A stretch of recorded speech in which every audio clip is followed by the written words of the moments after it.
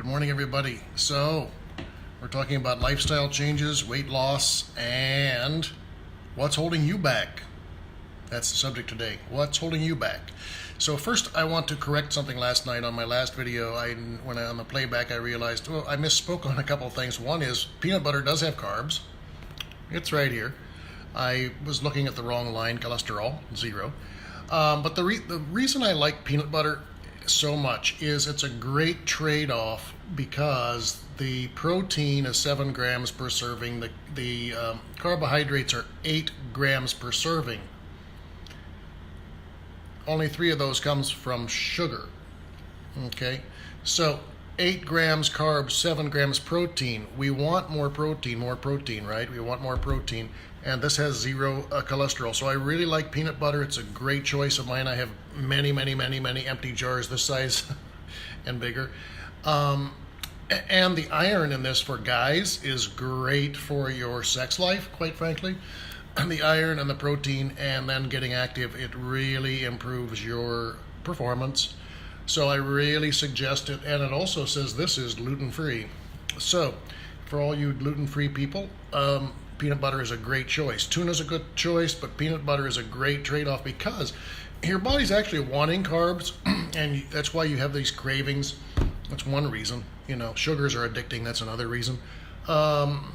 So you're getting carbs and protein almost equal, 7 and 8, so it's almost equal, the carbs and protein. This is why I love peanut butter as a substitute for a lot of it, or as a choice, for not a substitute, but as one of your main choices. You can make this as your snack during the day. You can make it as your main meal for lunch, peanut butter sandwiches, whatever. And you're only getting 22 carbs in 2 slices of bread, 24. So that's one correction from last night's video, and the other correction was something else I mentioned at the end. I said fats. I meant to say the word carbs. So that's the correction on that. So the subject today is this morning was what's on my mind is what's holding you back, because part of the lifestyle change is fixing some of the things that are holding us back. I got the target weight of mine, which is 222, and I developed that after I started the weight loss. I had already lost like 20 pounds, 30 pounds, maybe. It was coming off fast, much like Rich Rollo's success this week. He's yesterday 14 pounds down in 7 days, 12 pounds the day before in 6 days. It's just amazing. But he's doing an extreme session, kind of an extreme take on this because he's really focused. And then I developed that target weight a little bit later after I got some other things straightened around as to why am I fat? What's holding me back? Same things are holding us back in other areas. We might not be happy with our career choice. We might not be happy with our spouse. We might not be happy with our partner. We might be miserable, and we're allowing that. Our partners sometimes give us some negative, our partners and people around us sometimes give us negative input. They tell us, oh, you carry your weight well. Your friends do this. That's a big lie that will make you feel comfortable. They like you, or they wouldn't say it. But the fact is, it's not helping you. If you're watching this, you're concerned about weight loss, weight control, weight management after you get it off. And the thing about it is you've got to figure out what are these different things holding you back, that you're allowing to hold you back. We all procrastinate, but we want to get back to the basic program here is have a plan, which is walk, water, weigh yourself every day, WWW and behind me, and the smaller letters, reduce sodium, sugars, and other carbohydrates. Walk, water, weigh yourself every day. It works, and you just have to understand some basics about carbs, start to watch the carb amounts that you eat in a day.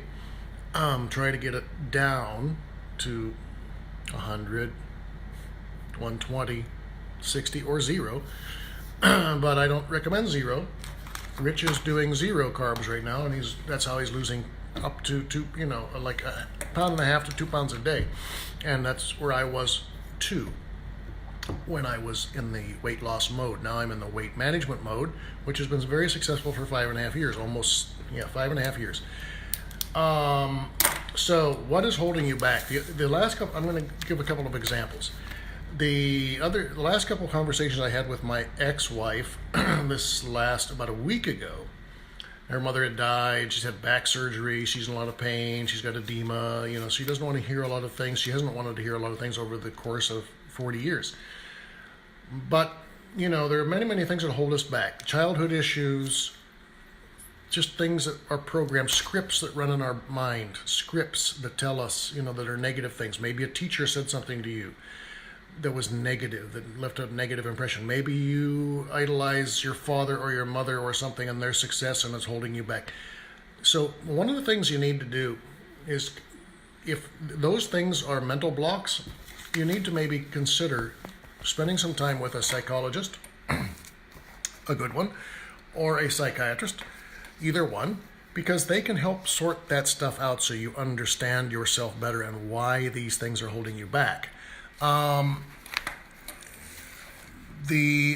the other day, a week ago, I think it was, I had the last couple conversations with the ex-wife, and she wasn't really wanting to listen, of course, but she will always find out that, yeah, you're right.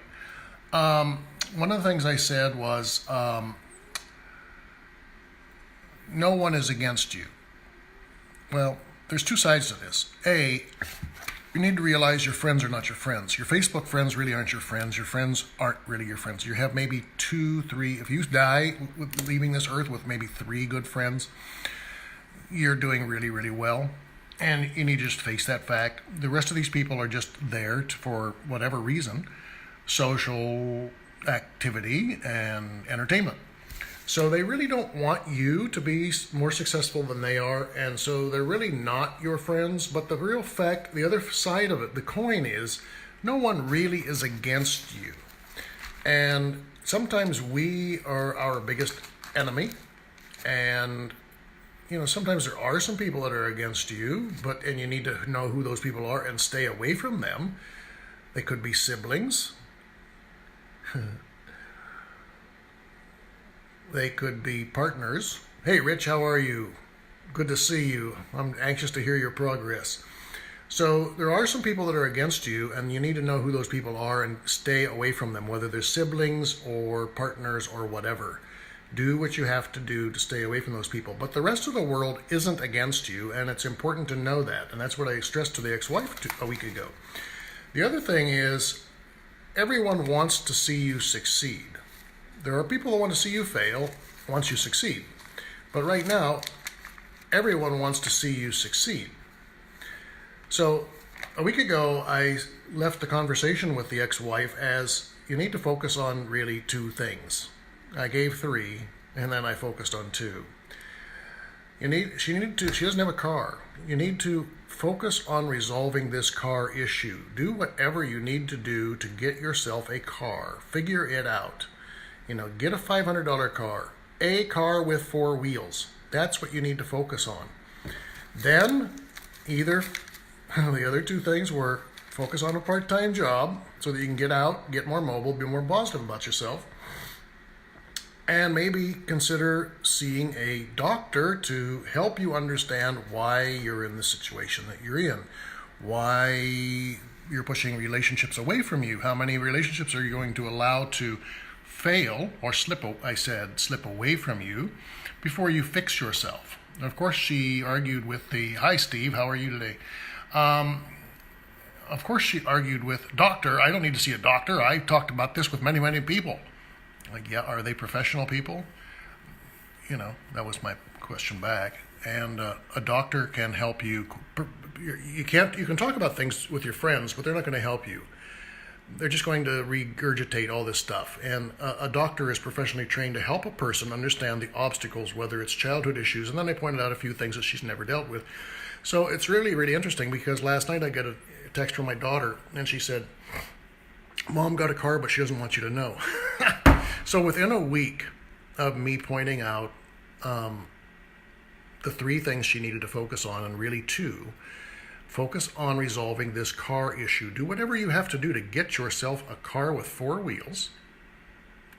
and get this behind you so that you can be more mobile, you can enjoy life, you're going to feel better about yourself. So within a week, she's accomplished that one task. But she doesn't, the other part of the text was, she doesn't want me to know. She didn't want my daughter to tell me that she had gotten a car. I don't understand that. I don't really understand that. But maybe because I'm right, I don't know. But she needs to get it. So she did it. And so this is why it's on my mind this morning is, what is holding you back? What is holding you back in life, in many, many things? And this is what this is why I call this a lifestyle change, because once you deal with some of these issues as to why am I fat? Really, why was I 3 pounds from 300? Rich is online. Rich is 3 pounds from 300 on the other side, which is okay. I just refused when I was at that level, I refused to go over 300. And so what is holding us back? Is it a personal relationship? Are we so upset with our career? Is it somebody died in the family? I never got over the loss of my whatever, my dog died. There are reasons that we have scripts in our head that say, that we can't do something. Or we get to the point of just accepting, I'm just built this way, I'm going to be fat the rest of my life. Or I've always been fat. In my case, I was heavy all through elementary school. Not real heavy, but on the heavier side. There were, 3, 4, 5 of us that were a little bit heavier. Some were really heavy. I was just, so I was, in my senior year, I was 200 and something pounds. I lost 22 pounds in 8 days and got down to 176 because I met somebody I was really interested in, and that was the motivator. And there's nothing wrong with that as a motivator. So I lost 22 pounds in 8 days, and it was in the summertime, late summer, school was just starting, getting ready to start, and I remember exactly what I did. It was hot and humid in Northeast Ohio, and I went out to the garage or barn as it was, because we had animals, and I found a double-sided axe, and I wish I still had that today. I don't know, we lost it somehow, somebody took it or whatever.